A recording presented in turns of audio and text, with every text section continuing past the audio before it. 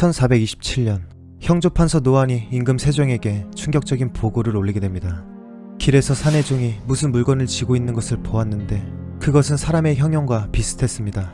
그리하여 자세히 봤더니 가죽과 뼈가 서로 붙어있을 만큼 참혹한 모습의 여인이었습니다. 때는 세종 9년 성도 없는 덕금은 노비였습니다. 그녀의 주인은 임금의 총애를 받는 고위직 집현전 은교의 자리에 있는 건채라는 인물이었습니다. 건채에게는 본부인 정씨가 있었지만 그의 마음을 사로잡은 여인은 여종 덕금이었습니다. 어여쁜 용모에 눈길이 간 건채는 비록 자신의 노비였음에도 덕금을 첩으로 삼게 되죠. 세상 모든 본부인은 남편이 첩을 들일 때마다 불안에 떨어야만 했습니다. 식어가는 부부의 정을 걱정했기에. 그러던 어느 날 덕금은 자신의 할머니가 시름시름 앓고 계시다는 소식을 듣게 됩니다. 하나밖에 없는 피부치 할머니를 죽기 전 한 번이라도 보고 싶었던 덕금. 그래서 그녀는 큰 마음을 먹고 건채에게 간곡히 부탁하게 됩니다.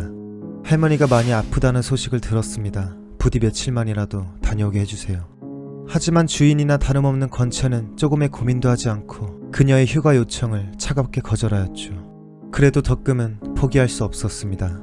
모두가 잠이 들었을 깊은 새벽, 덕금은 몰래 담장을 넘어 도망치듯 집을 빠져나오게 됩니다.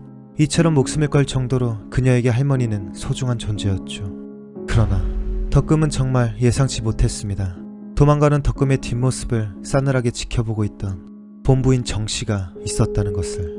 남편의 사랑을 빼앗겼다 생각한 정씨는 덕금을 향한 시기와 질투가 점점 심해져만 갔습니다.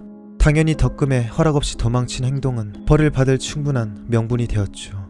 그렇게 사내종에 의해 다시 붙잡혀온 덕금은 공포에 떨며 울고 있었습니다.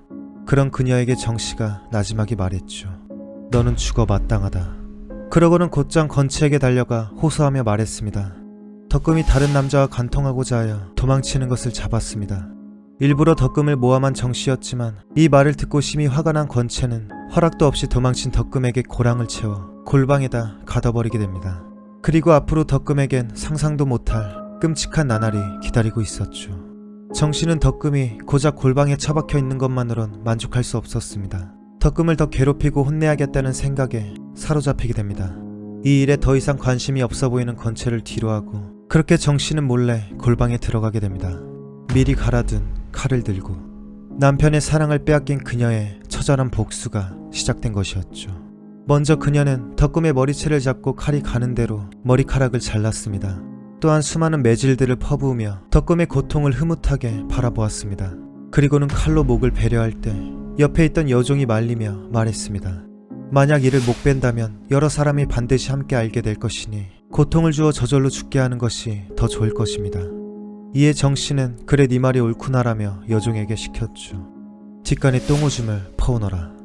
그렇습니다. 매일 덕금을 굶기며 강제로 오물을 먹였습니다.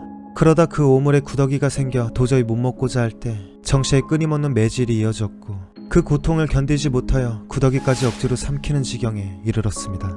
더 충격적인 것은 이 상황이 수개월 동안이나 지속된 것이었죠. 결국 가죽과 뼈가 붙을 만큼 죽어가는 상태로 남겨진 덕금. 정씨는 이제 흥미가 떨어졌는지 사내종에게 덕금을 내다버리라고 시켰습니다. 그리고 우연히 길을 걷다 마주친 형조판서 노안에게 걸린 것이었죠. 이 말도 안 되는 상황을 세종은 믿을 수 없었습니다. 건채는 세종의 총애를 받던 엘리트 중의 초엘리트였고 성격이 평온한 인물이라 생각하였기 때문입니다. 처음에는 덕금에게 행해진 잔혹한 가학행위들이 모두 건채와 부인 정씨가 함께한 것으로 보고받았습니다. 하지만 더 철저한 조사 끝에 이 모든 것이 질투로 시작된 정씨의 단독 범행이란 것이 밝혀졌죠. 결국 정씨는 곤장 90대에 처해지게 됩니다. 건채는 파직되는 선에서 마무리가 되었지만 그것도 얼마 지나지 않아 복직되었습니다. 그 후로 건채는 아무 일도 없었다는 듯이 당대 최고의 문장가로 뽑히는 등 우승지 자리까지 오르며 많은 이들의 존경을 받았죠. 그리고 안타깝게도 덕금의 생사는 전해져 오지 않았으며 건채가 40세의 나이로 요절했을 땐 사람들이 슬퍼하며 탄식하였다고 전해집니다.